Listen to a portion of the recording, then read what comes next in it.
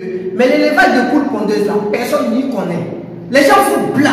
Je vois certaines personnes, vous savez, depuis le mois d'avril, j'ai fait le tour de certaines fermes, en particulier dans des fermes de poules pondeuses. Ils m'ont fait appel parce qu'il y a eu des difficultés. Et quand je me suis rendu là-bas, j'ai vu qu'il y a certaines choses qu'on ne maîtrise pas.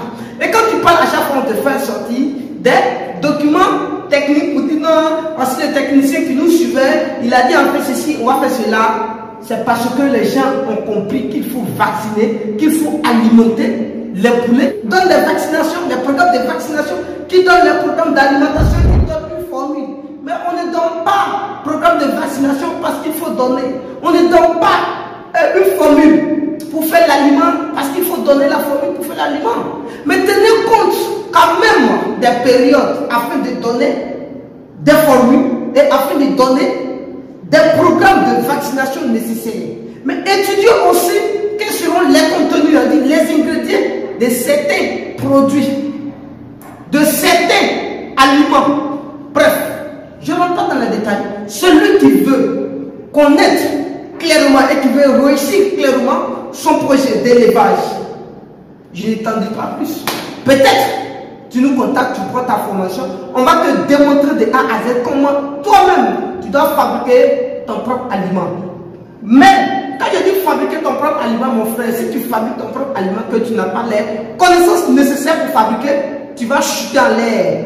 Tu vas chuter en l'air, tu vas rater. Parce que si une fois que les gens vont parler de mélange n'est pas bon, c'est dangereux. Quand on dit le mélange n'est pas bon, c'est dangereux, ça veut dire, ça ne veut pas dire la manière dont vous tournez ou bien vous mélangez la poudre, non. Ça dépend de la quantité, de la qualité des ingrédients que vous mettez dedans. Mais je vous affirme que la qualité et la quantité comptent dans l'alimentation. Alors je vois certaines personnes, bon, je vais sur la période. Donc, comprenez bien, dans l'élevage, il y a 4 types de saisons qu'il faut comprendre pour faire de l'élevage. Certaines personnes ne connaissent même pas ce que je vais appeler une période. Voilà, par exemple, je vais vous appeler ici la période froide. Une période qui est froide, le mois de mai, juin et juillet, c'est une période qui est froide. Donc, la fabrication de l'aliment doit être différente de la manière dont tu as fabriqué les aliments dans le mois de décembre, janvier et février. Parce que janvier, février, il fait chaud. La fabrication des aliments ne peut pas être les mêmes. Alors, la période dans laquelle où nous serions bientôt, ça veut dire mai, juin, juillet, je vous affirme qu'il doit avoir problème de soleil. Et quand il y a problème de soleil, même un être humain qui est dans un endroit où il n'y a pas de soleil, il se sent mal à l'aise. Et voilà, ça veut dire, vous allez voir que tout le monde est bizarre. Elle dit on ne se tient pas, on se sent fatigué, on a dit qu'on se sent mal à l'aise dans le corps et on n'arrive pas à comprendre. Tu ne sais pas si c'est ta tête qui te fait mal, si c'est ton ventre, non. Mais chez les poulets là, quand c'est pondeuse là, automatiquement là, la ponte chute. Parce qu'eux ils ne supportent pas ça, la ponte n'aime pas ça. Mais quand c'est poulet de chien là, je t'affirme que les gemmes vont pousser rapidement et vous allez voir que les poulets vont piquer des crises. À une courte durée, ils vont mourir. Que d'ailleurs vous allez appeler, ah ouais, la coccidiose, tout. Et bref, je ne dis pas plus. Par exemple, j'ai pris le mois de mai, juin, juillet. Le mois de mai, juin, juillet, la vitamine D est très importante. Retenez bien la vitamine D. Pour faire intervenir la vitamine D dans ta ferme, tu dois faire face à 2 aspects. Tu peux rater l'aspect 1. Tu te rattrapes sur l'aspect 2. Alors, vous voyez, le manque de soleil. Quand il n'y a pas de soleil, même un être humain manque ce qu'on appelle la vitamine D. Même les poulets là, vos poulets, les bœufs, tout, vous manquez de la vitamine D. Manque de soleil, manque de vitamine D. Mais comment on peut produire la vitamine D? C'est ça le problème qu'il faut connaître. Parce que la vitamine D là, soit c'est Dieu qui crée, il met la lumière, ça veut dire il y a le soleil, tout le monde est content. Quand il y a le soleil, vous allez voir, tout le monde est content, on peut circuler normalement. Mais quand il n'y a pas de soleil, le temps est menaçant, le temps est bizarre, il fait froid. Dans ce cas maintenant, c'est à nous maintenant de produire nos propres énergies, nos propres vitamines D. Mais où est-ce qu'on a produit ça? C'est les différents ingrédients que nous allons mélanger pour consommer. C'est-à-dire notre aliment là, ça doit contenir la vitamine D. Et ces vitamines D là, dans l'élevage, vous pouvez les utiliser en fabriquant vos aliments. Il y a des ingrédients que vous allez mettre dans votre aliment pour avoir la vitamine D. Par exemple, bon, je ne vais pas citer parce qu'il y a certaines personnes, quand je vais citer ça ici là, ils ne vont pas tenir compte de la période et puis ils vont utiliser. Par exemple, si je dis, il faut utiliser ça pendant une période, pendant la période de mai, juin, juillet, que tu dois utiliser ça pendant la période de décembre, janvier, février, ça ne sert à rien. Il y aura excès. Vous voyez un peu. Donc je ne vais pas dire, parce que moi j'essaie de structurer ça sur les 4 saisons et puis je te dis, voici ce qu'il faut utiliser pendant cette saison, voici ce qu'il faut utiliser pendant cette saison. Et puis je rappelle encore que ceux qui ont des pondeuses là, vous là, j'ai dit, vous qui avez la pondeuse, vous êtes méchants. Hein? Les gars qui ont des pondeuses là, ils sont méchants.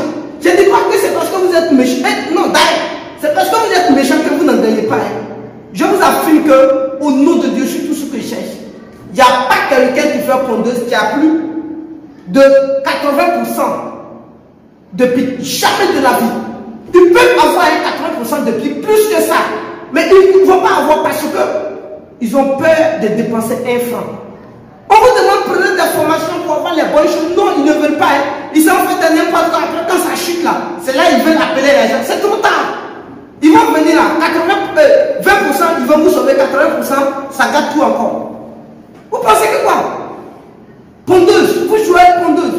Or, pondeuse là, il faut que vous preniez une bonne formation avec quelqu'un qui connaît dans le milieu. Je vous affirme que, au lieu de 60% de pic, si tu atteins 80% de pic, vous allez voir que tu vas énormément gagner.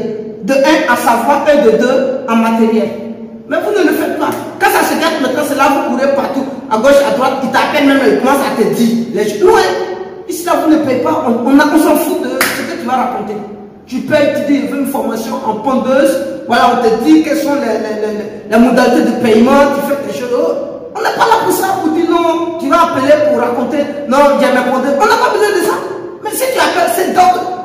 Quand tu es malade, tu vas à l'hôpital. Docteur, là, tu penses que tu vas lui dire non, il y a ça, il y a ça. Ok, tu as ça, mais donc, va acheter l'ordonnance, ils vont te soigner. Comment on va? Non, ça ne se passe pas comme ça. Donc, les futures personnes qui veulent se lancer dans le milieu de l'élevage, de pondeuses, de chair, etc., je vous exhorte massivement à vous former d'abord. Il est très intéressant de connaître les 4 saisons de l'élevage de poules pondeuses. Par exemple, vous savez bien que dans le mois de mai, juin, c'est pas bon de faire l'élevage de pondeuses. En août, il est beaucoup nécessaire, il est bien, il est conseillé de commencer l'élevage de pondeuses en août. Parce que l'août là, le mois d'août là, c'est un bon mois. Et c'est un mois qui va te permettre à chauffer aussi de manière avantageuse tes poussées.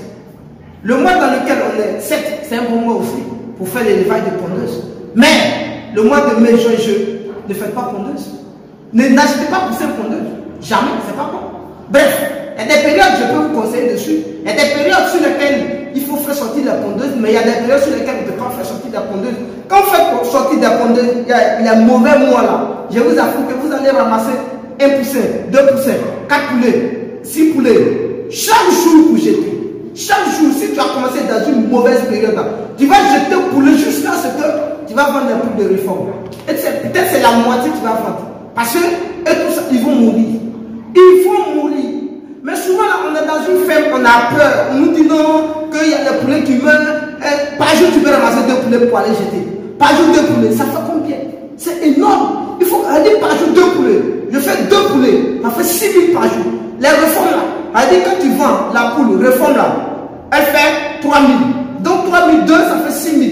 Imagine, tu jettes 6 000 par jour. Y compris les œufs encore. Elle dit, il y a le truc des œufs encore, tu jettes ça. Ça sert à quoi? Parce que les gens, ils n'ont pas respecté les périodes pour faire sortir les poussins. Donc, ces poulets sont attaqués véritablement avec certains virus qui ne peuvent pas disparaître. Pour que les virus disparaissent là, il va falloir que la poule même disparaisse. C'est ce qui se passe. Donc, quand la poule disparaît avec le virus, elle doit mourir. Pourtant, c'est les périodes auxquelles vous avez commencé. Mais on ne peut pas vous dire parce que vous avez déjà commencé. Quand on va te dire non, il ne fallait pas commencer à telle date, tu as dit non, pourquoi quand il vient, il dit non, il n'est pas bon, il faut partir, il faut partir. Bon, bref, c'est comme comme quand quelqu'un ça va faire un test de sida, on ne peut pas lui annoncer rapidement que tu as le sida. Non, c'est à travers les petites méthodes on te dit. C'est comme ça.